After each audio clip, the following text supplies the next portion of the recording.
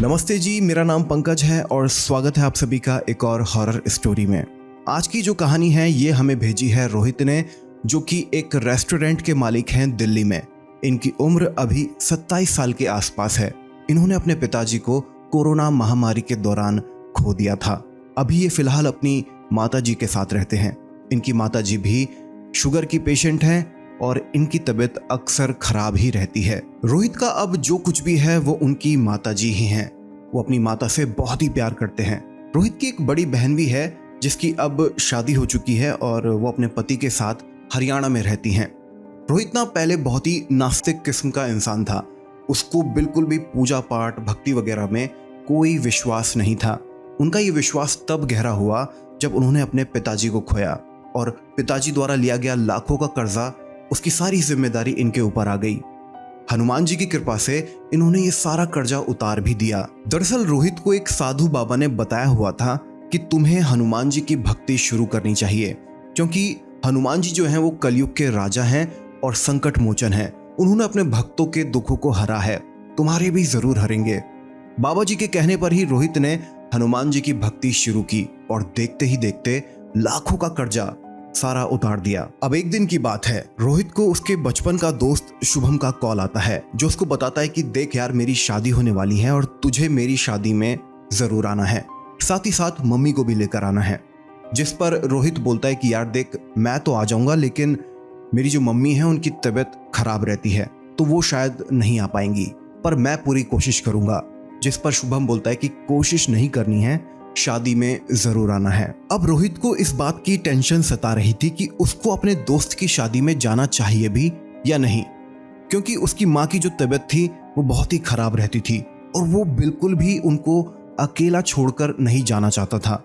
पूरे दिन में उसका कई बार रेस्टोरेंट से घर, घर से रेस्टोरेंट आना जाना हुआ करता था, सिर्फ ये देखने के लिए कि उसकी माँ ठीक है भी या नहीं।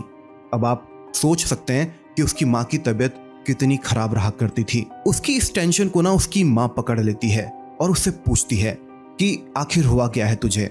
रोहित अपनी माँ को सारी बात बताता है। उसकी पूरी बात सुनकर उसकी माँ समझ जाती है कि ये मेरे चक्कर में नहीं जा रहा है।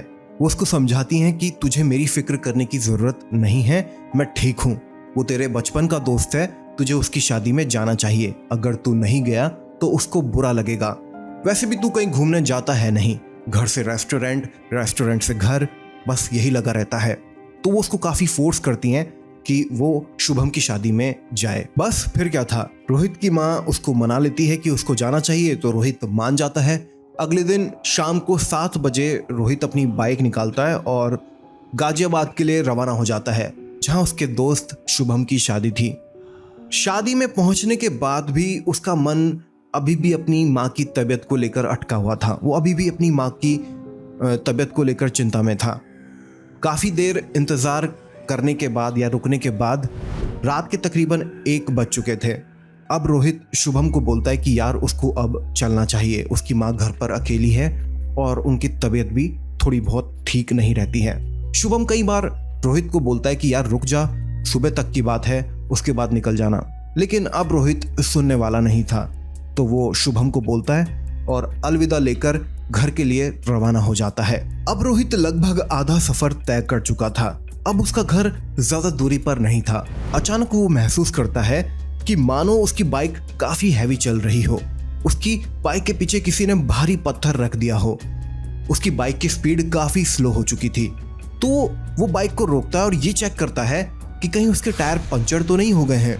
तो वो दोनों टायरों को चेक करता है तो पाता है कि टायर एकदम ठीक है। तभी रोहित को सड़क किनारे एक पेड़ के नीचे किसी के रोने की आवाज सुनाई देती है।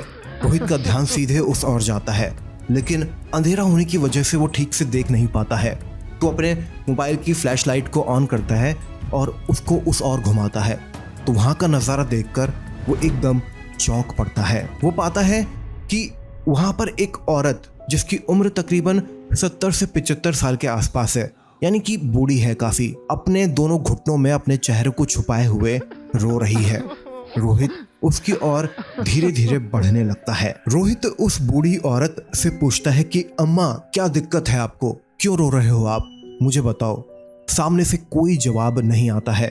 रोहित अपनी बात फिर से दोहराता है कि अम्मा कोई दिक्कत है, कोई परेशानी है तो मुझे बताओ, मैं आपकी मदद कर सकता हूँ। ये कहते हुए रोहित उस बूढ़ी औरत के थोड़ा और करीब पहुंचता है। जैसे ही फ्लैशलाइट उस बूढ़ी औरत के पैरों पर पड़ती है, रोहित एकदम से सहम जाता है और अपने कदम पीछे खींचता है। इस चक्कर में उसका पैर किसी चीज से टकराता है और वो नीचे गिर जाता है। दरअसल रोहित ने देखा था कि उस बूढ़ी औरत के पैर उल्टे थे। अब उस बूढ़ी औरत ने हंसना शुरू कर दिया था और बड़ी ही भयानक नजरों से वो रोहित को देख रही थी। अब रोहित कुछ समझ पाता इससे पहले ही वो चुड़ैल रोहित की छाती पर बैठकर उसका गला दबाना शुरू कर देती है। रोहित देखता है कि उस चुड़ैल का चेहरा बहुत ही खतरनाक और भयानक है। उसका आधा चेहरा जला हुआ है। इस सिचुएशन में रोहित के मन में बस एक ही नाम याद आता है जो उसकी जान बचा सकते थे। रोहित अपने पूरे मन से हनुमान जी को याद करता है और बोलता है कि आप संकट मोचन हैं, भूतों के भक्षक हैं, अपने भक्तों के रक्षक हैं। आप जहाँ कहीं भी हैं मुझ पर कृपा करें और मेरी जान बचाएं। रोहित का अब दम घुटने लगा था। वो चुड़ैल लगातार रोहित का गला दबाए जा रही थी कि तभी अचानक चुड़ैल के पीछे से एक हाथ उस चुड़ैल के बाल पकड़ता है और रोहित की छाती से उसको दूर फेंकता है। ये जानवर एक बड़ा सा बंदर था जो नॉर्मल बंदरों से आकार में बड़ा था। ये बंदर एक बार फिर से उस चुड़ैल के बाल पकड़ता है और इस बार जोर जोर से थप्पड़ मारना शुरू कर देता है। वो चुड़ैल दर्द से करहा रही थी और जोर जोर से रोती भी जा रही थी। कम से कम 5 मिनट तक लगातार उस चुड़ैल को तमाचे मारने के बाद वो बंदर उस चुड़ैल को दूर फेंकता है, जिसके बाद वो चुड़ैल वापस से हिम्मत नहीं कर पाती है और दूर कहीं भागते हुए गायब हो जाती है। तभी वो बंदर रोहित की तरफ देखता है। रोहित को तो मानो साक्षात हनुमान जी के दर्शन हो गए थे। वो अपने दोनों हाथ जोड़ लेता है, जिसके बाद वो बंदर रोहित को वहां से जाने का इशारा करता है, जिसके बाद वो खुद भी थोड़ा अंधेरे में जाकर वहां से गायब हो जाता है। रोहित घर पहुंचता है और ये जितना भी घटनाक्रम था अपनी माँ को बताता है कि कैसे साक्षात हनुमान जी ने उसकी जान बचाई थी। क्या आपका भी यही मानना है कि उस दिन साक्षात हनुमान जी ने रोहित की जान बचाई थी? अपने विचार आप नीचे कमेंट में मेरे साथ शेयर कर सकते हैं। और अगर आपको ये कहानी पसंद आई है तो इस वीडियो को लाइक और शेयर जरूर कीजिएगा। साथ ही चैनल पर नए हो तो चैनल को सब्सक्राइब भी कर लेना। चलिए मुलाकात होगी आपसे अगली वीडियो में एक नई कहानी के साथ। तब तक के लिए ख्याल रखिएगा अपना।